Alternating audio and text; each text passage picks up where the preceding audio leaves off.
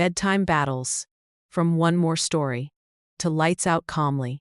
If the end of your day feels more like an epic negotiation or a power struggle than a peaceful ritual, you are definitely not alone. So many loving parents find themselves facing the same pattern. Bedtime stretches on and on.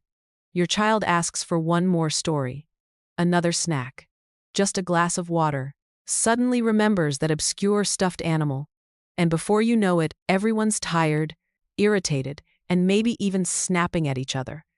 The guilt follows you into the night. What happened to the calm bedtime you dreamed of having with your child? Here's something important to remember.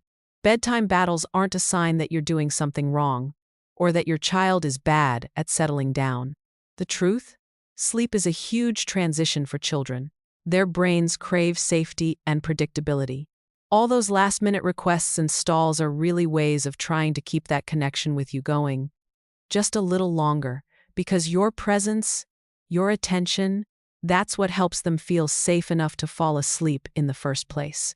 By the end of this video, you'll have a simple step-by-step plan to take bedtime from a chaotic standoff to a calming ritual. I'll share how to create a short, predictable routine, one you can actually stick to that helps your child wind down, lets them know what's coming next, and empowers you to handle all those endless requests with confidence and love. So if this is striking a chord already, take a moment to like this video, subscribe to Calm Roots Parenting, and let me know in the comments how old your child is and what bedtime looks like right now in your home. Your experience could help another parent feel less alone. Let's start by diving a bit deeper into why bedtime becomes such a challenging space for families, and why it's absolutely normal for both you and your child to struggle. Imagine this. Your child's had a long day. Their little brain has been absorbing, learning, moving, feeling, growing. By bedtime, their nervous system is running on empty. Your child isn't just tired, they're wired. Their need for emotional safety is at its peak, so transitions feel even bigger. And for you, you're tired too. Maybe you've been juggling work, meals, chores, and you just crave those few precious minutes of adult time or sleep. When kids push against bedtime, it raises your stress, and, without realizing it, you might become firmer or more desperate, which can make them push back harder. But what if bedtime could become a moment of connection?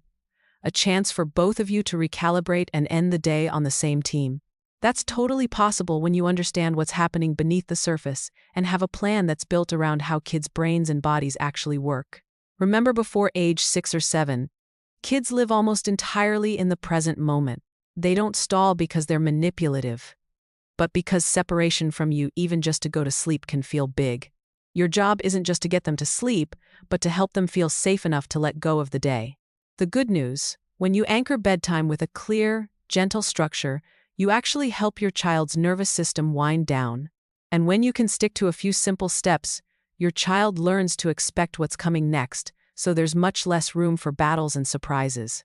A calm bedtime not only sets your child up for better sleep, but it also lays a foundation of trust and security that lasts a lifetime. So let's talk through the plan. The magic truly happens before you even get to the bedroom. The wind-down window, about 20 to 45 minutes before you want your child asleep, is where you set the stage. Start by dimming the lights, turning off background screens and loud music, and slowing down the general pace. This isn't the time for wild games or big tickles. Gentle play or quiet activities like puzzles, coloring, or looking at picture books together is ideal. You can even invent a little bedtime bell or silly song that signals it's almost time to start the nighttime routine. Even 5 or 10 minutes of cozy togetherness here can send a powerful signal to your child's brain. It's safe to slow down. Next is the heart of your bedtime ritual. Keep it as short and predictable as possible. 3 or 4 steps you do in the same order every night. That might look like this. First, pajamas and teeth brushing together, making it playful but contained. Next, a few minutes of connection, like a bedtime story or song, something you both can enjoy. Finally, tucking in, turning out the light, and a gentle goodbye phrase. What matters most is that you pick steps that work for your family and stick to them, in the same order, at roughly the same time every night. When your child knows exactly what's coming and that you mean it, their body starts learning how to switch from high energy into rest. Now, here's where the real challenge comes in: the last thing, script and handling all those extra requests. At the start of your ritual, or right before the last step, try saying something like, "Okay, after this story, it's time for lights out. Is there anything else you need before we finish?" Give your child 1 or 2 minutes to ask for their water, their lovey, or even one last hug, and if you're willing, meet those needs with kindness. But once you say, "This is the last thing tonight, time to rest your body now," hold that loving, firm boundary. Every time your child asks for just one more, gently reassure them, "I know you wish we could read more, and tomorrow we will. Right now, your body needs sleep." Use a soft but certain tone. Your confidence teaches your child that sleep is safe, and your limit means they can stop fighting for attention because you're in charge in a loving way. If moments of pushback start to escalate, maybe your child begins to whine, try to get out of bed, or even cry, remember, this is not them trying to punish you or be bad. This is a tiny person dealing with a huge feeling of separation and transition, longing for assurance that you are the anchor and that everything is okay. Your calm presence, even as you firmly maintain the boundary, helps their nervous system settle. If you become angry or start a power struggle, their brain reads that as unsafe and ramps up the fight. If you stay kind but confident, over time, those battles soften. Let me pause for a second here. If this is sounding both familiar and maybe a little daunting, maybe you're thinking, "But I've tried routines and my kid still drags it out." Take a calming breath. You are not failing, and your child is not broken. Every family needs to experiment and tweak until they find their own rhythm. Drop me a comment right now sharing what your ideal bedtime goal is. What's one thing you wish felt easier? And if you've found a little trick that works for your child, another parent might be searching for exactly that. Plus, if you're finding this helpful, please share this video with a friend or loved one who struggles with bedtime too sometimes. All we need is to know we're not the only ones. Let's circle back to those ongoing requests that seem to pop up just as you're about to turn off the light.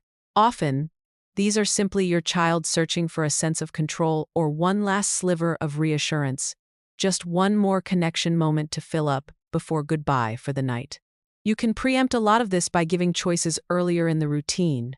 Do you want these pajamas or those? Which book tonight? The animal one or the rocket ship story? Once you arrive at last thing time, it's no longer about adding things but calmly letting your child know, "This is our last thing for tonight. I love you, and I'll see you in the morning." Consistency is the secret ingredient. The first few nights you may get protests, but as you calmly and lovingly hold the line, your child learns you really mean what you say, and their anxiety around bedtime will start to fade. Keep in mind, your job is not to eliminate every tear or every protest, but to be the calm, loving presence your child can trust, even through their big feelings. If your child truly gets upset, maybe tears come, or they plead dramatically, pause for a moment, get close, and name what you see. You really wish bedtime wasn't over, huh? It's hard to stop when you're having fun. Sit with them for a minute if you can. Hold their hand and offer a short phrase like, "I hear you. You're safe. Tomorrow, we'll do it all again." This emotional connection is much more powerful and effective than any lecture or bribery. Night by night, your child's trust in bedtime and in you grows stronger. There will be nights when nothing works, when someone is sick, or the schedule is thrown off, or when your own patience just runs out. That's completely normal. There is no perfect bedtime every single night. Your progress is measured over weeks, not days.